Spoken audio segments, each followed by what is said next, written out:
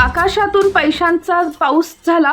पतीसोबतच्या भांडणानंतर महिलेनं थेट बाल्कनीतून तब्बल 1,51,00,000 रुपये खाली फेकले आणि काही क्षणातच खाली उभ्या लोकांनी त्या पैशांवर तुटून पडत अक्षरशः लूट सुरू केली।